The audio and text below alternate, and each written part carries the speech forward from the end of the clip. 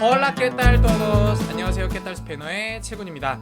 자, 오늘부터는요, 오늘과 그리고 그 다음 시간, 이 2시간에 걸쳐서 원포인트 강습, 바로 강세 규칙에 대해서 한번 다뤄보도록 하겠습니다.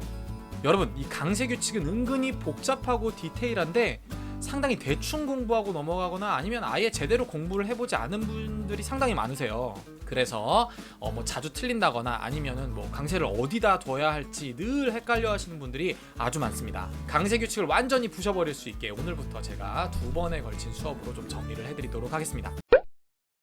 강세 규칙을 이해하기 위해서는 가장 먼저 기억해야 될 것, 음절의 개념에 대해서 이해해라 라는 것입니다.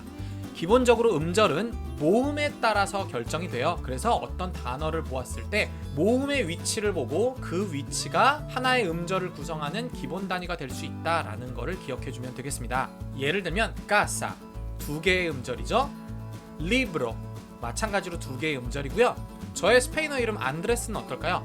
안드레스 2개의 음절로 이루어진 단어예요. 우리나라 분들이 많이 헷갈려 하시는 게 안드레스니까 안드레스 네 음절 아닌가요? 뭐 이렇게 많이 생각을 하시거든요. 아니다. 모음의 개수를 보고 파악을 하세요. 안드레스 2개의 음절인 거죠. 자, 이렇게 음절에 대한 개념이 좀 잡혔다면 지금부터 강세 규칙을 정리해 드리도록 할게요.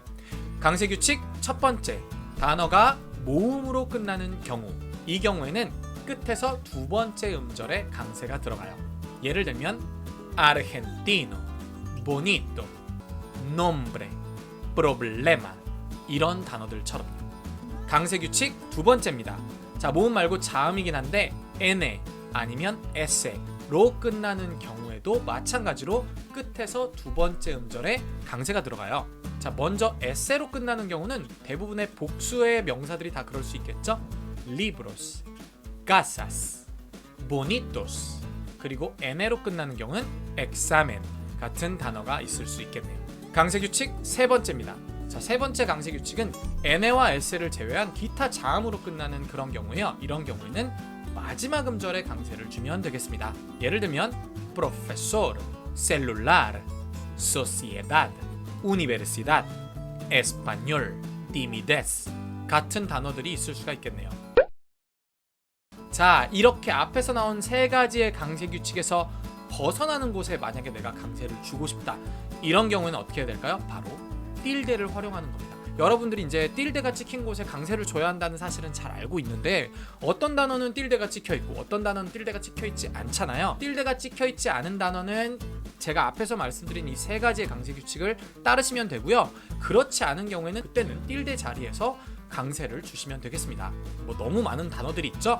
예를 들면 árbol, cómodo, romántico, imán, japonés, azúcar 이런 단어들이 있을 수 있겠네요. 그런데 여러분들 이런 경우도 보신 적 있을 거예요. 분명히 강세 규칙을 따르면 원래 강세가 그 자리에 들어가는데도 불구하고 그래도 억지로 한 번 더 틸데를 찍어주는 경우들을 보신 적이 있을 거예요. 아니면 뭐 한음절이기 때문에 굳이 강세를 표시해주지 않아도 되는데 그래도 틸데가 찍힌 경우를 많이 보셨죠. 예를 들면 뭐 인칭대명사 뚜 이런 거 말이에요. 자, 이렇게 굳이 틸데를 찍는 경우는 어떤 경우냐, 똑같이 생긴 동음 이의어의 또 다른 단어와 잘 구분해주기 위해 그렇습니다. 다들 알고 계신 제기대명사 세와 그리고 알다라는 동사 사베르 동사의 1인칭 세, 이런 경우도 세 이렇게 구분을 해주고 있고요.